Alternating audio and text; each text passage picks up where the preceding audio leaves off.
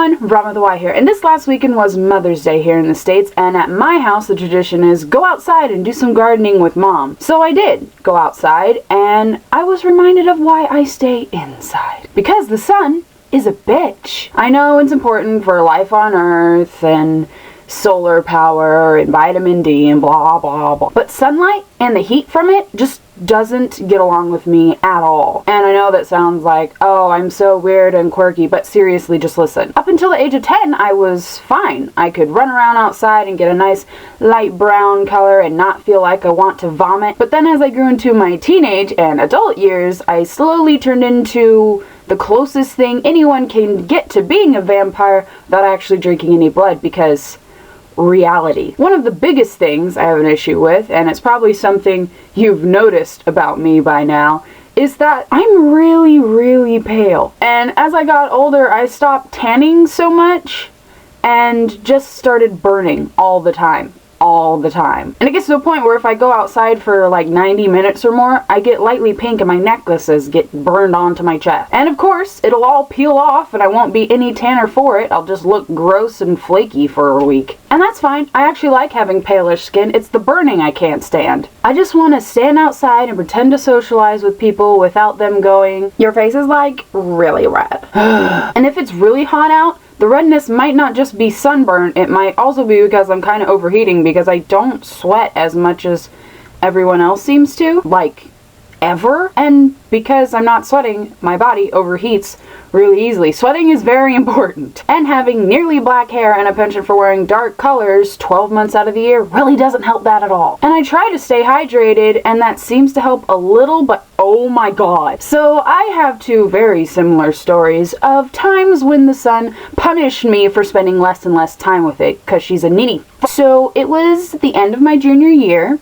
I was 17, and I was in the concert band at my high school. Being in the concert band means you have to play Pomp and Circumstance for the graduation ceremony for the senior. And since Pomp and Circumstance plays at the beginning and end of a graduation ceremony, I had to sit through the whole thing in my dress clothes, with this hair, in the sun, on a rubber track, in a black chair, in June, for 3 hours straight. And at first I felt fine once I got inside and cooled off. I was just a little pink, but I had put sunscreen on, so I wasn't gonna be Red Lobster the whole day. So after the ceremony, I changed my clothes and then carpooled with a bunch of my friends to go to as many graduation parties as we could. We managed, I think, to make it to 3 of our friends' graduation parties, and then they were all done. So we reconvened at my friend Mike's house, who was the driver of our little carpool van thing. So we were all playing in his pool, roughhousing and stuff, and I started to feel a little nauseous, but not terribly warm or anything, so I just assumed it was because I was getting thrown around by all my big dumb guy friends and ingesting some salt water because it was a saltwater pool. So I didn't say anything. Then, mid-round of chicken, I hopped off my friend's shoulders, lunged to the side of the pool, and spewed hot dog chunks and macaroni salad bile all over the concrete patio. And it was an in-ground pool as well. So I stayed this close to it. Mortifying. His dad had to hose it all to this drain in the floor, but some of it couldn't go through because it was too big, and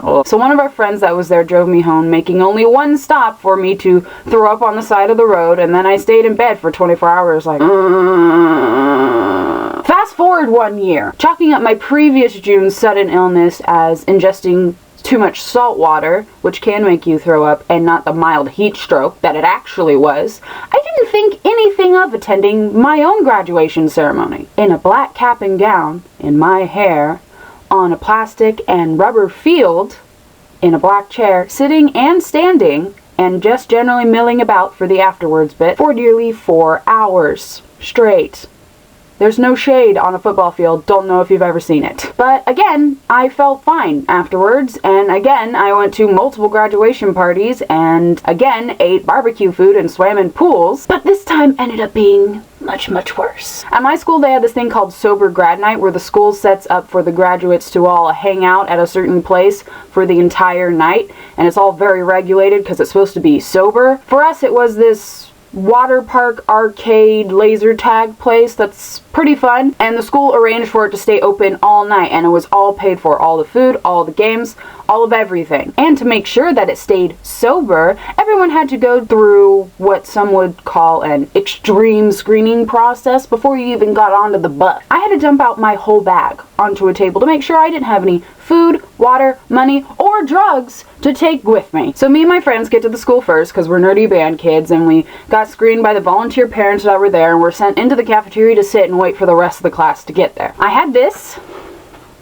which I made all my friends sign, as you can see. I still have it, guys. And as the rest of the class got there and the room started to fill up, I could feel my face getting really, really hot. And it kind of felt like I couldn't get enough air. And I was also starting to get really nauseous. My friends were trying to get me water or some air, but we weren't allowed out of that room because we were podunk drug addicts that were up to no good. It got to the point where I was actually crying because I knew I wasn't feeling well enough and I wasn't up to sober grad night. And I was looking forward to it, and I knew I'd have to call my parents, and I was just praying that the bus would get there so I could have an excuse not to call my dad to take me home. But the bus didn't get there, and I called my dad, and he came and picked me up.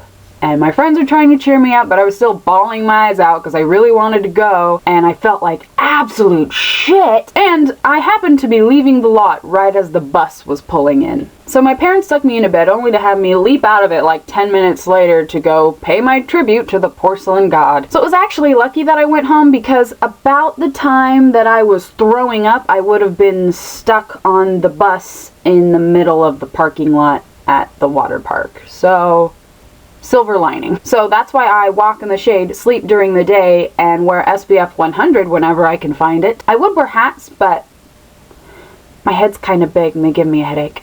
So I just thought this would be a good story to tell as a warning to people spending their time out in the sun this summer, because I won't be. One minute you're having your friends signing your wiener dog, and the next minute you're just spewing up wieners.